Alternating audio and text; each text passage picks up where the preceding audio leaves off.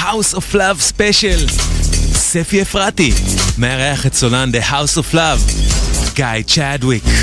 אליך ספי. היי, ברוכים המקשיבים, ברוכים השומעים. אני ספי אפרתי ואני ממש מתכבד להיות כאן ב-KZRadio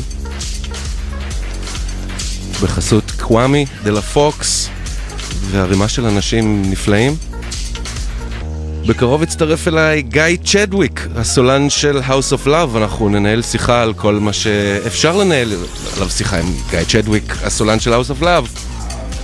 בשבילי זה ג'סטה לתקופת נעורים.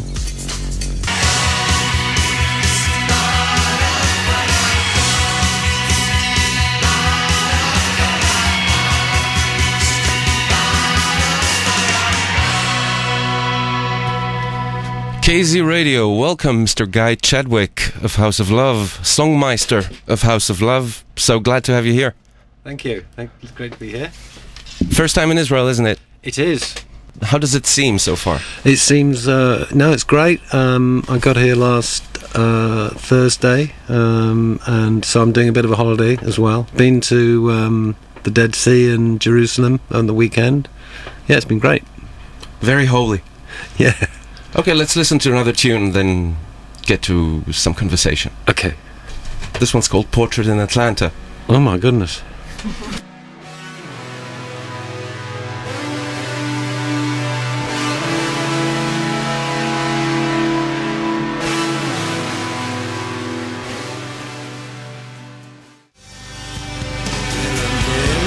Portrait in Atlanta from Audience by the Mind. This was the fourth album by the House of Love, and I think it was the fourth in 4 or 5 years by then. Yeah. That's quite prolific. Yeah. We weren't known as a prolific band, actually. I think it was about... I can't remember. It's a long time ago. Anyway, those are many records per year. If you just take 1988 to 1993. Yep. That's a lot of songs written and recorded. Yep. Could you take us back to 1988? You signed with Creation. Yep. Back then, not a major name, but a label who could get things done. Yeah. I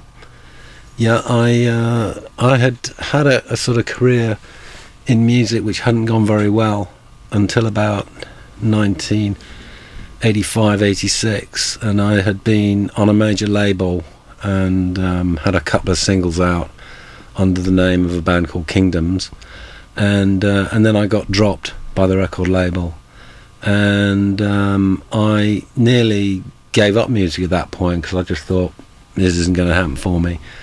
And then I spent couple of months thinking about it, and I just thought I'll have one more go, and I'll start completely from scratch, new band, and I got the band together, and it happened quite quickly, and I knew that I didn't want to be on a major label, so and I just happened to... How come? Well, why didn't you want to be in a major label? Because I'd been on one and I just didn't like it. I didn't like the way it worked. I didn't like the way the system worked, and I knew that it wasn't right for me. I realised I was kind of a bit more individual, a little bit left field, for what was normal, and the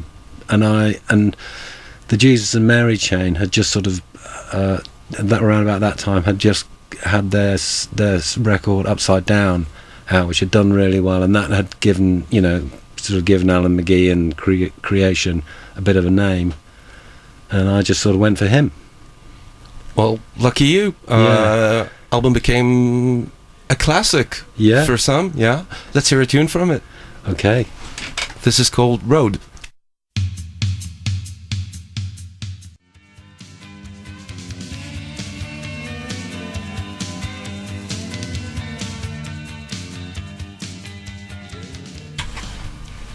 Back in the studio, KZRadio with Guy Chadwick.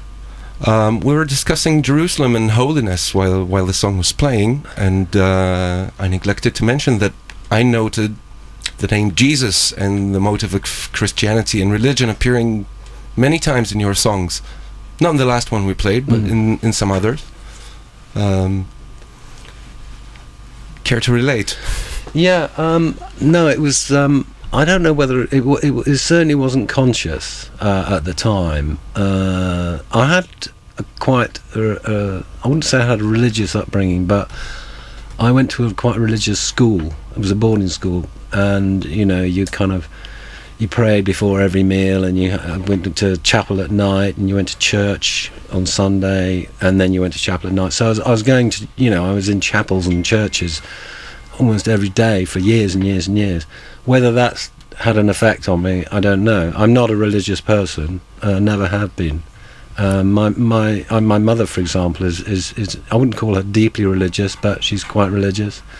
But I think it's more, it's kind of, there's always been a sort of association between rock music and lyrics and God and I think it goes back centuries, I think, like the blues and gospel, and there's this kind of, it's quite a sort of I don't know what you call it, but there is a relationship, and I think I just sort of got a bit carried away with it. Right, and so we're going to listen to Fisherman's Tale in a sec. But yeah. So, for example, when you describe somebody in the first person, say, "I believe in Jesus, I just don't have belief," is that a sarcastic point of view?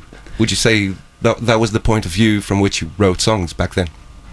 Possibly. As a lyric writer, I've never thought about what I write about. I'm just always, it's always kind of subconscious stuff, and it's just a question of editing what I like the sound of. So that honestly just came out, and I never even thought about what it meant. But I remember at the time when the album came out, and I used to do interviews, and people were always asking me these questions about, what is it about you and God and Jesus and all this thing? Why do you keep writing like that? It does stand out. I know, and I'm saying, oh my God, there's Jesus again. But it was honestly just subconscious stuff, and I've never thought about it. I've always been interested in sort of going to, places, religious sort of places, the way people congregate around these ideas. Yeah, I don't know. I'm sort of. I feel very. I've kind of always been. I've never felt comfortable about going to church and being at church with people. I feel it's wrong to sort of, for me to sort of stand next to someone who believes in God and pretend that I'm kind of getting off on the kind of the service, because I just don't. All right, let's listen to an unconscious lyric about Jesus then. This is Fisherman's Tale from the first album, 1988. Love in a Car. Let's talk a little about 1988 or 1989 and the period that followed the first album. That was the first time would you say that you saw actual success? You saw a reference from music media, people coming to the shows? Yeah. How was that for the age you were in? It was great, it was good fun, and it sort of it took off very quickly. I mean, we were beginning to attract an audience before our first album came out. We released Christine as a single about 3 months before the first album came out, and then people started coming to our gigs. That was then that it started building up. And then the album came out in the middle of the year, and it got great reviews. And then John Peel, who was a very popular British DJ radio guy at the time, he just started playing the album every night on his show, literally every night. He loved it, and we did so many sessions for him.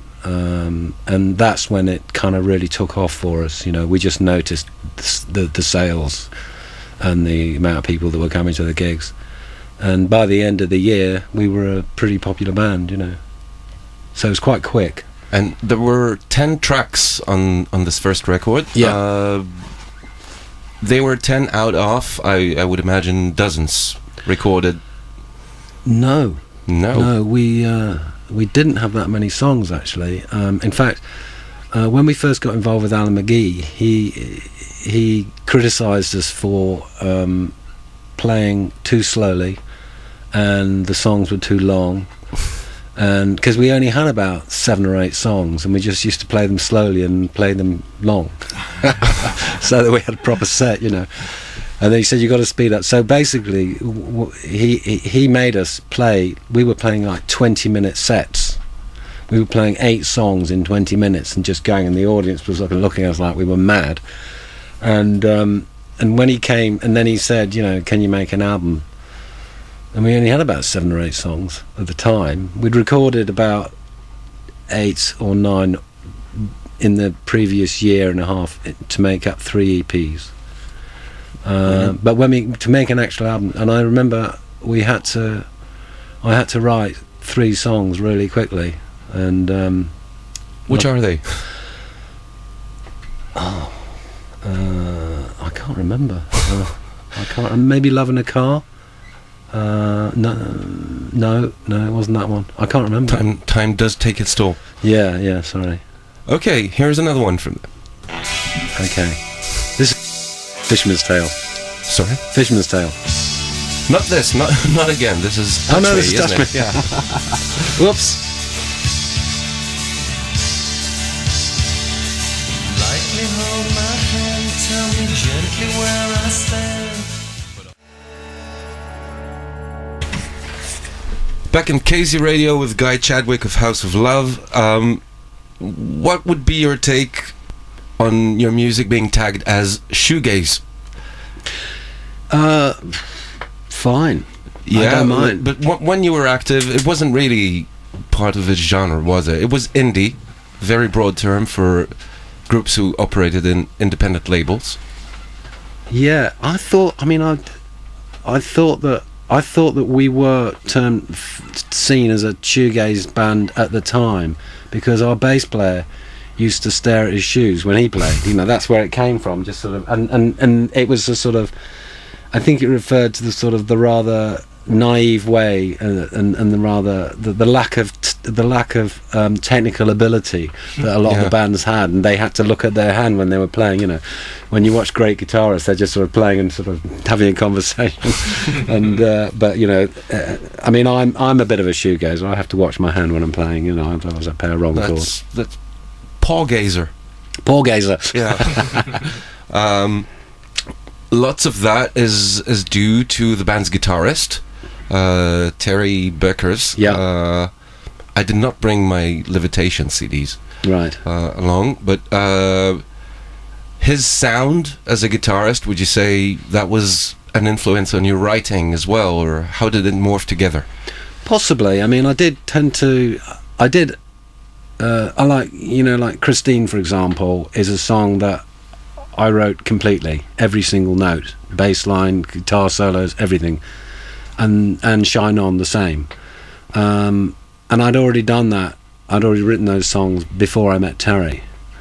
But what Terry brought to the group, I loved, and we were into the same kind of guitarists. You know, we were into Echo and the Bunnymen and U2. And that's his favourite guitarist. So not just the Beatles and the Stones, eh? Well, I was the Beatles and the Stones. He was more.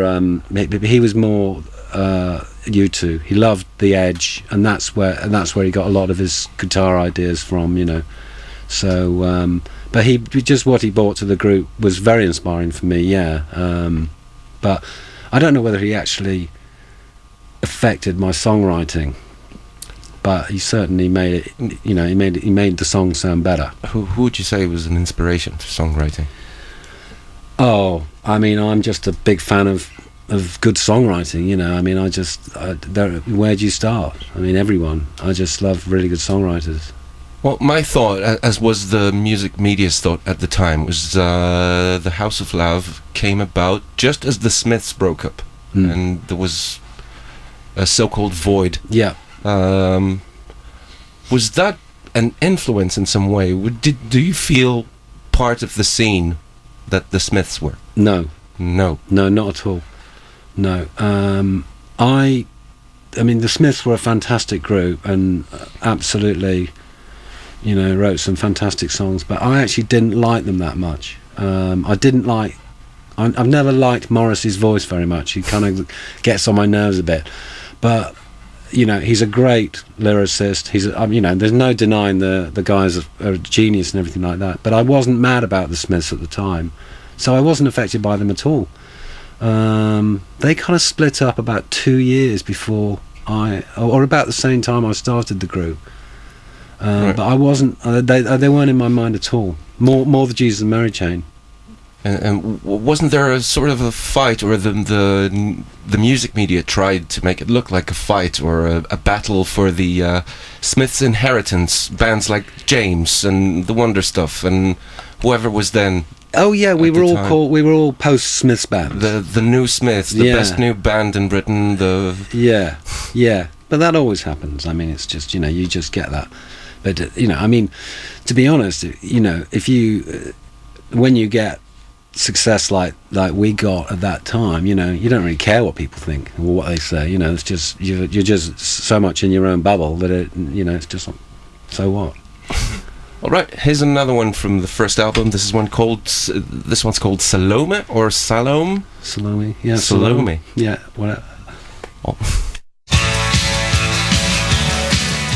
Shine on.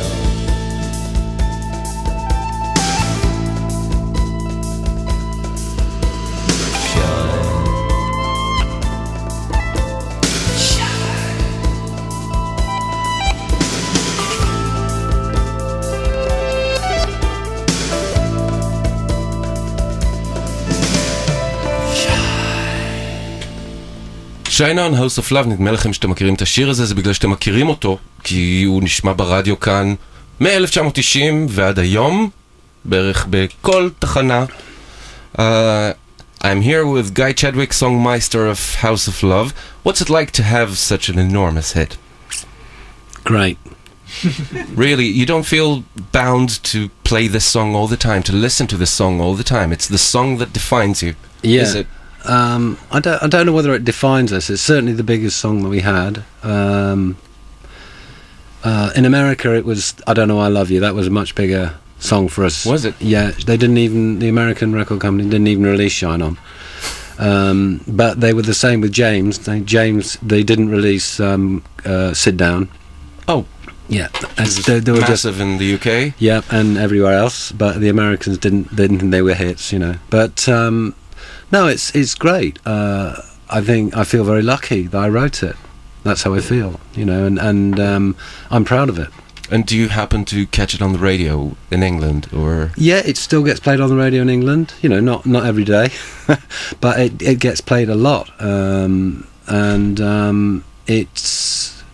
It's been covered, a few times. It was a big hit for a German artist or group.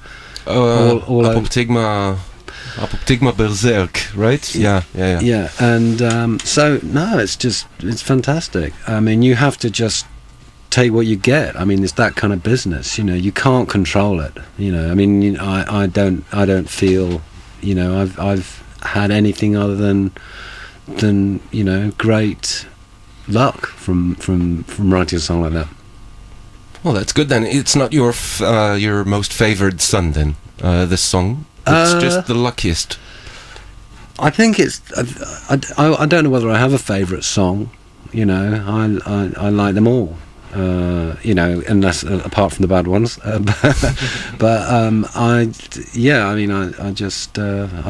don't think about it like that, I suppose. I think this song is where we come into the story. Yeah.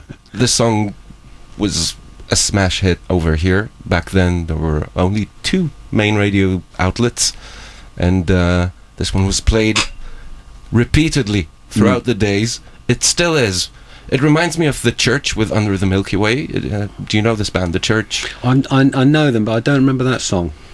Well, it's their one hit, gets played since 1987 till today. They're Australian, aren't they? They're Australian. They have 25 albums, and this is the one song. Steve Kilbey of The Church says it's a burden, and I'm glad to see that your approach is quite different. Okay, let's listen to another one from the second album, aptly called The House of Love. Why the same name, though? Laziness. Yeah, okay.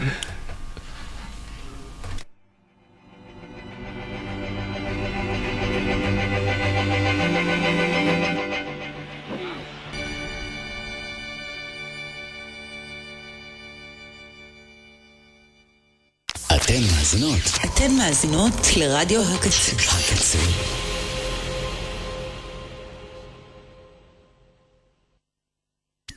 ועכשיו KZRadio ספיישל, תוכנית מיוחדת ברדיו הקצה. והפעם House of Love Special, ספי אפרתי מארח את סולן The House of Love, Guy Chadwick. Hi, Guy, again. Hi. We're listening to songs from the second album. Was that the most successful? Yeah. And you were mentioning while we were listening, you're telling all kinds of tales about record company intervention. Yeah. Which are now fables because record companies seldom intervene with artists like rock artists these days. Yeah. If there are record labels, but back then. Yeah. Do tell. Yeah. Well, we made a mistake signing to the particular record company that we did. They offered loads and loads of money, and I didn't want to sign to them, but our manager Alan McGee wanted us to sign to that label, basically because he got more money from it. But I, you know, as soon as we got involved with them, as soon as we started making records, they were very aggressively pushing us in a direction we didn't want to go in. I still think we made good enough music generally, you know, despite their interference, but they didn't understand us, and it was our mistake. It was our fault. We shouldn't have got involved with them. No one forced us. We just Why blame yourself when you can blame the label? I can't blame the label. I'll do it like that. No, because it was my decision, so it's my fault. But I made a mistake. So you chose to lose responsibility for your material in a way. I suppose, I wanted to. I felt we needed to have more control over making our records. I wanted to work with good producers, etc. I wanted to work with a really good producer. I wanted to work in better studios. I was just being a musician, trying to make better records. But it didn't work out like that, and it's too. It's a long time ago now, and I have I have sort of I spent a lot of time thinking about it a long time ago, and I've just come to the conclusion that I made a mistake getting involved with that record company, and fatal. And I think it was it killed the group eventually, and it sort of we. But only years later, you did. There were at least 3 records on that label. Yeah, plus the collection, the compilation. Yeah, but we started arguing when we were making the second album. We were disagreeing. I was trying to sort of trying to front the band and try to deal with the record company. The group were sort of like, we don't want to do this. This is not sounding right, And I'm kind of sort of in the middle of the record company and the group, trying to make it work, and it just and eventually not long after we'd finished making the second album, me and Terry the guitarist had a very, very bad fallout, and he left the group, and that was very bad for the group, and we didn't ever replace him properly, and never really got it back together again, and that's why eventually we split. Lucky for us is here. Yeah. And we'll play the Zappa Utilia. Yeah. The day after tomorrow. Yeah. So not all is lost then. No, not at all. Let's hear another one from that period. This is called D Song 89.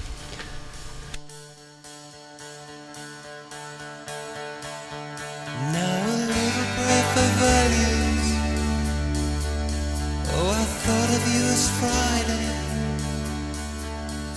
the iconoclast losers when they drink and shit.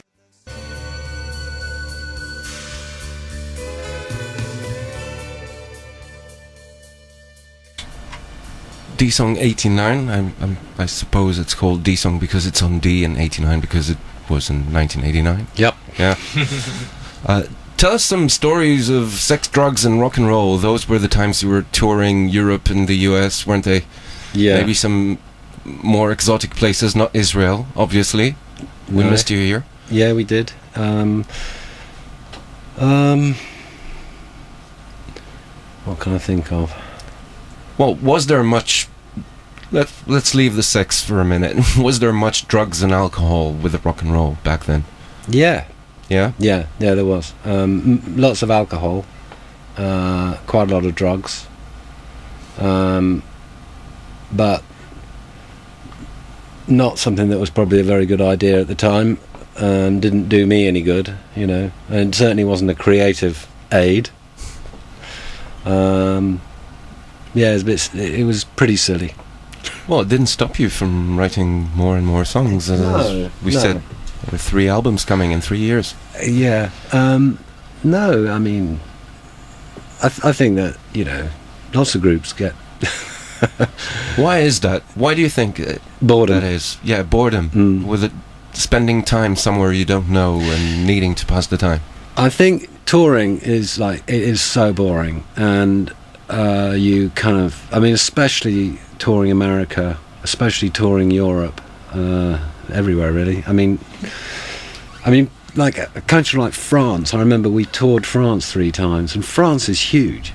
Yeah. I mean, you know, you're talking really hours between cities and towns, you know, and it's massive, and it's sort of, it's just boring, you know. You're just bored most of the day, and you go on stage, and it's like a release, and then you get off stage, and there's all this alcohol in the dressing room. Right. It's like, wow. Thanks. Well, wouldn't you rather go see the sights, or... I mean, Well, there are many ways to battle boredom on tour. There are, and it's kind of, it becomes lazy. I remember a promoter telling me one, because I've always liked going to see the sights, and I've always sort of, you know, gone to see things and read books. When I was probably a lot better than most people, you know. But I remember a promoter telling me about a very famous group that turned up in Japan, in Tokyo, and just stayed in their hotel the whole time, eating McDonald's. You know, There's no question of them eating sushi or any Japanese food. It was just McDonald's, and then they just did their gig, went back into the hotel. You know, obviously just getting completely wrecked, and that was it. That was their Japanese experience. That was their Japanese experience, and that's very common, you know. And it's just very, very frustrating, you know, for a lot of people that work with bands, you know, to sort of, when they behave like that. But I think towns should start tour guides for touring bands. Just to get them off boredom and drugs, and maybe it's better than it used to be. I don't know, but I think it's very, you know, there's a lot of marijuana smoked on coaches and tour buses, you know, and it's the worst thing you can do. It just turns you into a zombie, because you know, you start smoking dope when you're on tour and you never stop, and you just are a literal vegetable. And I mean, I've been to see so many gigs, and I've just thought, they're stoned, and they are so boring, you know. They're not playing well, they're not committing themselves, you know. And it's just like, I remember really, my wife used to love this album, oh god, it was an Irish band called, I've forgotten, from about That Petrol Emotion. No, since then they were a really good band, and they were based in America, and they had this huge album, and she loved it. She was playing all the time, and I remember buying some tickets to go and see them, and they came on, and they'd obviously been touring for about a year, and they were awful. They were just diabolical, you know. They were just going through the motions. Not because they're Irish. No. Well, it's a good point. Yeah. Okay, let's listen to another one. We're mentioning you had many, many long intros on the second album. You said that was record company choices. Not the one in the Beatles and the Stones, but other. I'm going to play a track called 32nd Floor. It's very slow to start. Oh, right, okay.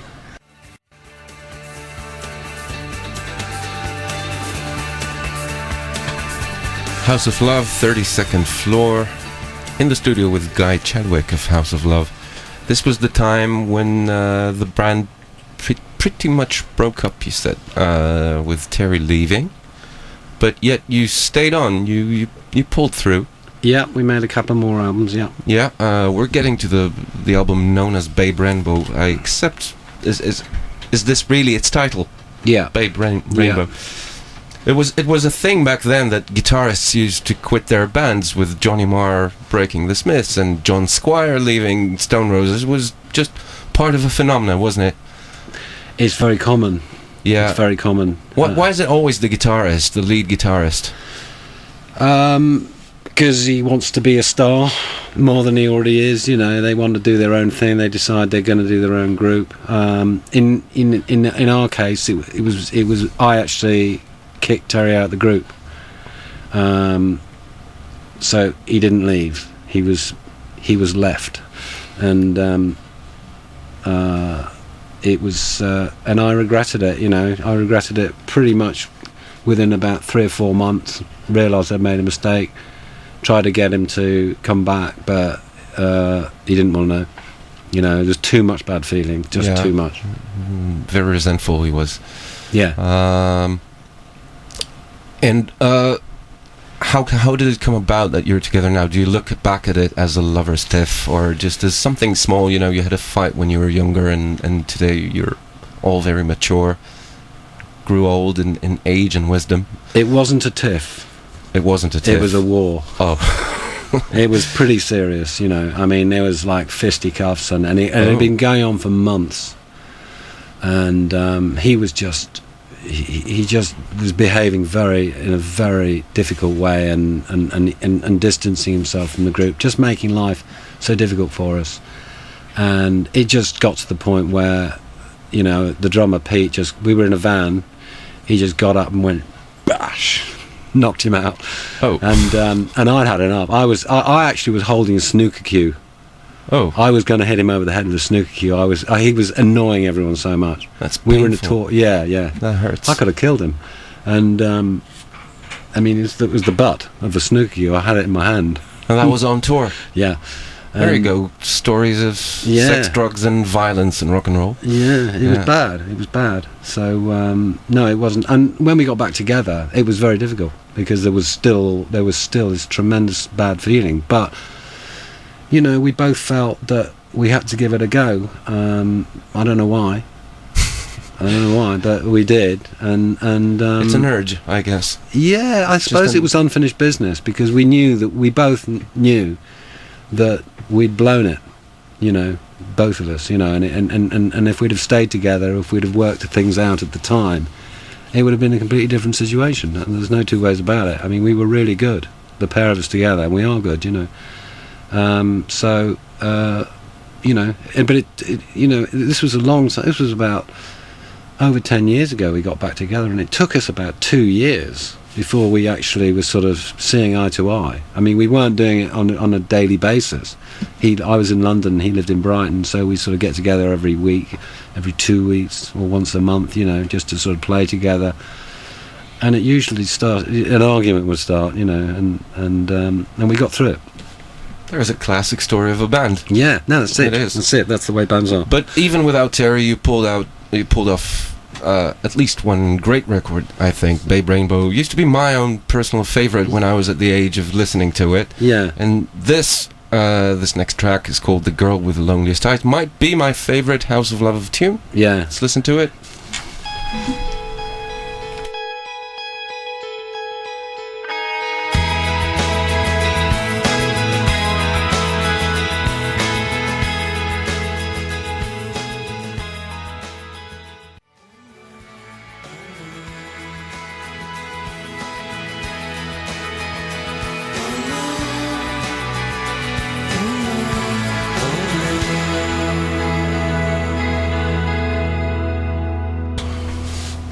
Beauty. Tell us a little about that period of the latter two albums of the 90s of House of Love, the Babe Rainbow and Audience with a Mind that followed. Yeah.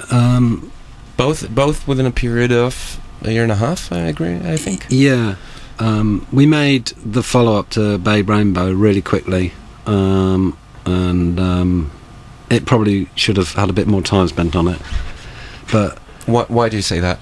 You don't like some of the tracks, how they sound, or it's just not a good enough album for me. It just I wasn't on form, and that's Audience with a Mind. Yeah. I think some of the songs are quite good, but it's just not very well executed, and I think it was a mistake to try and make a quick album, which was what the idea was, to sort of try and get back to basics and not spend too long in the studio. But it didn't work in that case, I don't think. But and you're a three-piece. Yeah, when we did the last album, yeah. Meaning you would play all the guitars. Yeah. Which means essentially that you take over the lead guitar, the part of the lead guitar. Yeah. How did that feel? Would that change anything to you, or in terms of playing live later? Well, I don't think in terms of... I mean, I've always played a lot of guitars in the studio, and I play... I'm a good enough guitarist to do what I want to do. I can sort of play a reasonable solo, etc. I don't think about what's going to happen live. We didn't even tour after that album anyway. We split up straight after that album was finished.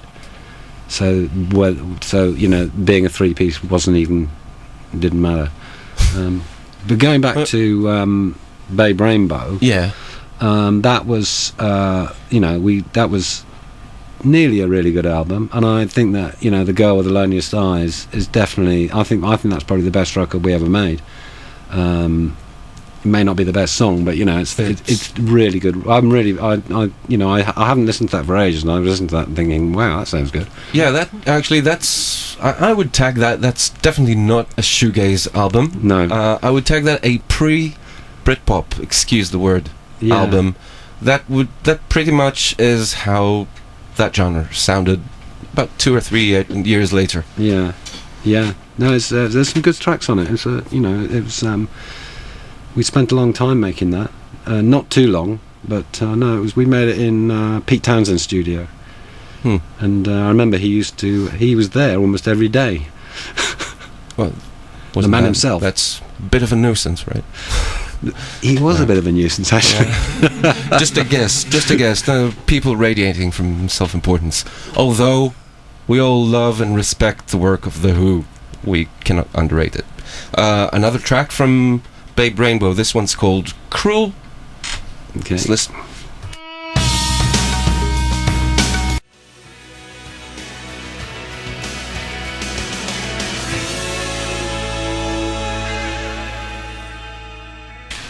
Back in the studio with Guy Chadwick of House of Love. We already played a couple of tunes from Audience in the Mind before you came in. Yeah. One was the title track, Audience in the Mind, in which you sing, "That's why I fear what some would say is a dangerous mind." Is that a fact? It was then. Was it? Is that in what way is that related to substances and moods? Yes, well, that was a bad time for me, in terms of sort of I think I was just stoned the whole time I made that album, so I have got no excuses for quality control at all. Funny lyrics or anything like that. I'm afraid it was not a very it was not a time for me to be particularly focused. And then you pretty much disappear off the face of the music news, to resurface in '97, was it, with a solo record? Yeah. Which I remember, excuse me for speaking about myself, but I remember at the time I was surprised that it was a release. I bought it. The first thing I bought was this thing, was the single for This Strength. Yeah. This has 3 perfectly crafted tracks. That's my critique here. Anything you want to tell about the making of this record? Because this goes far away from the territory of shoegaze or indie or Britpop. This goes almost into American country in a way. Yeah, I was still taking drugs. Really? So the Tennessee Haze? Yes. Was it? Yeah. Louisiana Purple? I was not. I mean, actually, funnily enough, my 16-year-old daughter said to me last week, "I've just been listening to Lazy Soft and Slow, and I really like it, Dad." And I said, "Oh, thanks." She said, "I really like it. You know, why don't you like it?" I didn't know I hadn't. I mean, I haven't listened to it. I never listened to it, you know. And it was just a record that I made, and I was just not there, you know. And that's why it doesn't sound like me. But the songs are good, you know. I mean, to me, it does sound like you. Yeah. Oh, good. The songs are great. I want to play one that I like particularly. It's called Wasted in Song. This is not the same version that's on the album. It's a more spacier version. Let's listen, then speak some more.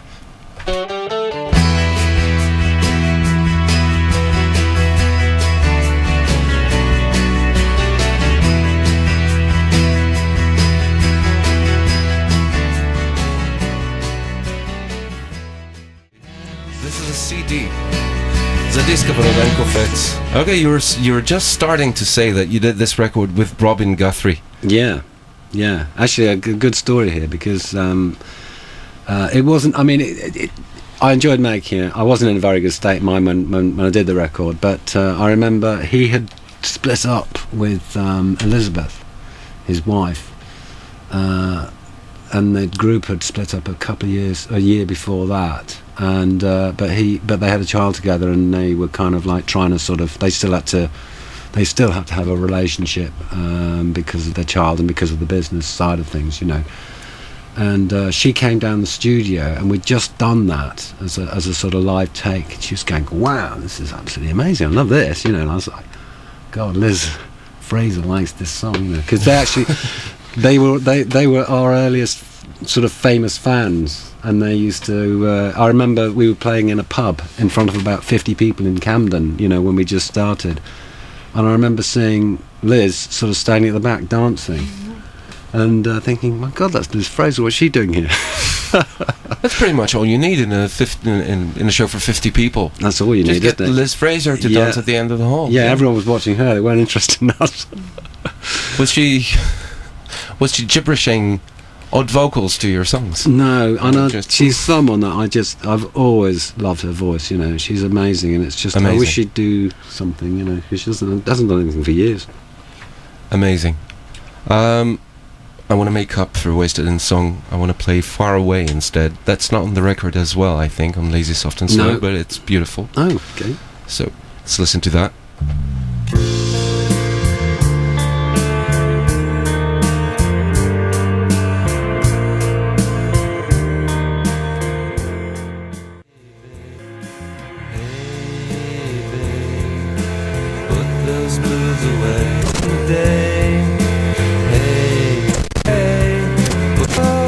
If you need proof that I actually listened to this very much, there it is. The CD is all scratched, and it's a shame.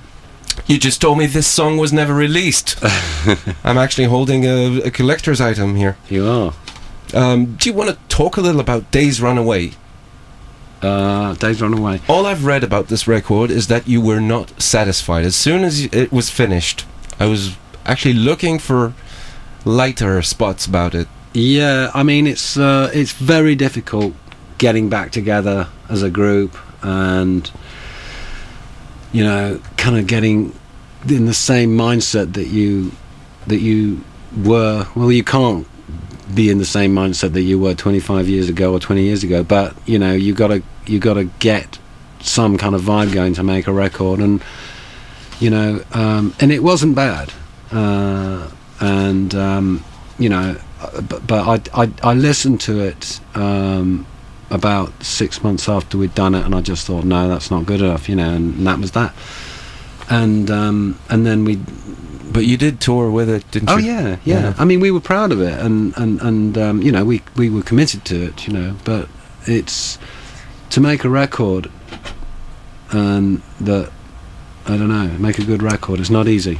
Who was the first in the group to make the phone call about, hey, let's get together, let's play some songs, see if we can make an album, get it running?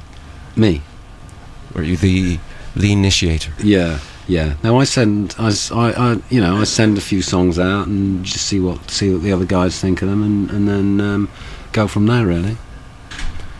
And Pete Evans was with the band throughout its entire existence, just you and him, right? And Chris, the bass player, has quit. He didn't. Did he quit, or did he just not reunite? No. When we got together again, I asked him if he wanted to do it, and he didn't. He couldn't face being in the group with Terry. Too many bad memories. He just said, how can you want to go through that again? You know. But proves to everybody that people in a band, they started with a youthful purpose and they remain youth. Yeah. They all remain youths. Yeah. It's lovely, I think. But 8 years later, is it? You did another record called, that's your most recent as of now, I think, barring a live record, called She Paints Words in Red. Yes. And this one, let me tell you, is lovely. It has really some really lovely tunes. I want to play the title track from it, which has also some really cool bass. But tell us a little about the making of.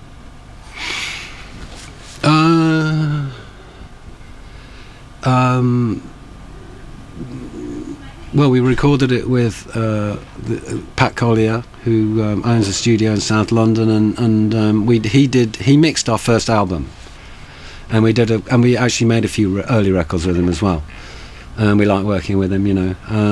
And I don't know what to say about it, really. It's okay, you know. It's sort of, for me, it doesn't quite make it, but we're going to have one more go and make another record, and I'm hoping that will be finally satisfy me. Cross our fingers. Yeah. Okay, this is a really lovely track. Yeah, There's it's a good lovely track. bass track on it and lovely melody. Let's listen.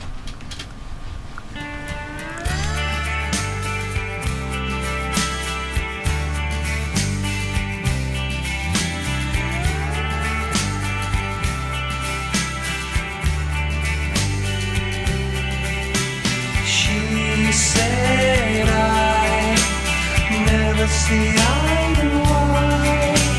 Each time I try to make friends, she decides again maybe it's better to smile. But she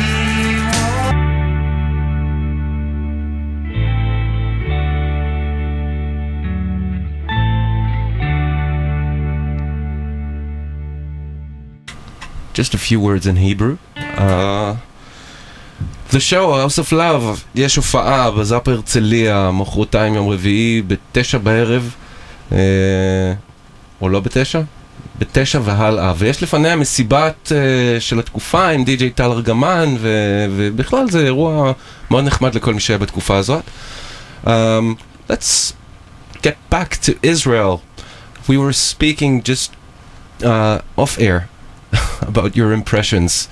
How many people did recommend the best hummus in town? How many people? Everyone does. Yeah, it's like 3 hummus places per person. Yeah. Yeah. And do you have a conclusion? Is it Abuhu? What's Abuhu? It's like, what's the best hummus in Tel Aviv now? Or is the best one under a tree at the Golan Heights near the Syrian border? I don't know. I'm not crazy about hummus. Oh, that's like a dagger in my heart. Is someone going to kill me when I come out the building now?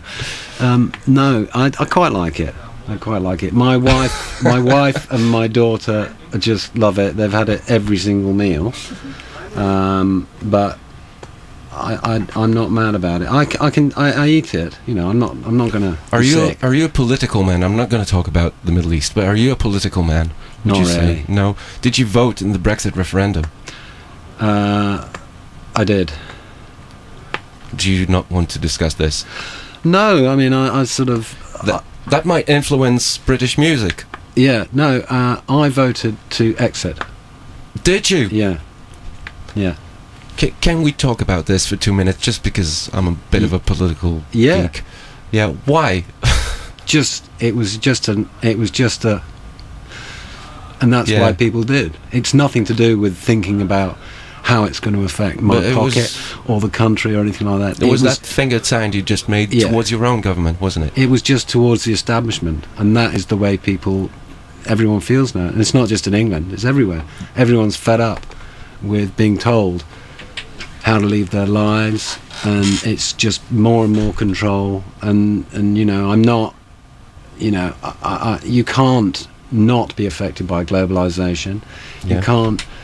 Everyone benefits from it, but we all suffer from it, and people suffer, and I just feel, you know, that was my way of saying I don't like the way things are. It was nothing to do with immigration, nothing to do with the way I felt about Europe and the European Union. It was just I'm just not I just do not agree with the establishment anymore. And do you think in the aftermath that there will be harsh consequences for the music industry? The English music industry will be much more difficult to tour Europe, for example.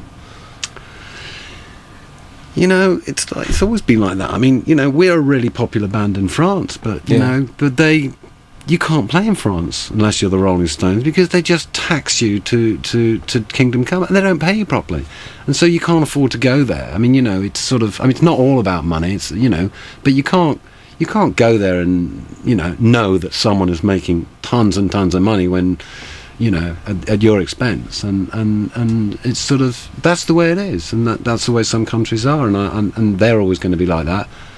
And you know, we have a load of fans there that never get to see us, you know, unless they come and see us in Holland or come over to Britain, etc.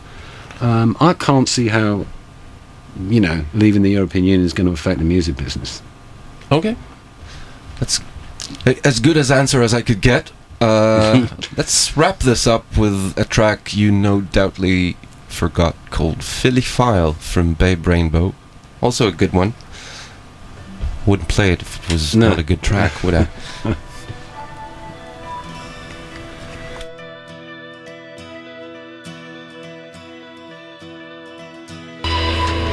Philly File מהאלבום השלישי של House of Love, Babe Rainbow. I want to thank Guy Chadwick, singer, songwriter, leader of House of Love, for the privilege of joining me here. I want to thank the people of הקצה על הפריבילגיה שנתתם לי להתארח באולפנכם. Last word, you picked a song to leave with. That's Love 2. Comes from the Spy in the House of Love B-side compilation. Something about the song? Yeah, I mean, you just asked me to pick one, and I was, I like that album, and I like that track. Yeah, it's not. There are 5 tracks called Love. Yeah, this is that's the second 2. one. Yeah, okay. Thank you very much, Guy. Thank you for having me. It's been a pleasure. ועל רקע הסיום הזה, הדס בודסקו הפיק את השידור, ואני רוצה להודות לכל האנשים האחרים של כאן, אייל קוואמי, פרידמן, דלה פוקס, במיוחד אתה. תודה רבה, תודה גם לעירית ויעל שהביאו את גיא, ותודה לכל אנשי הקצה. ביי.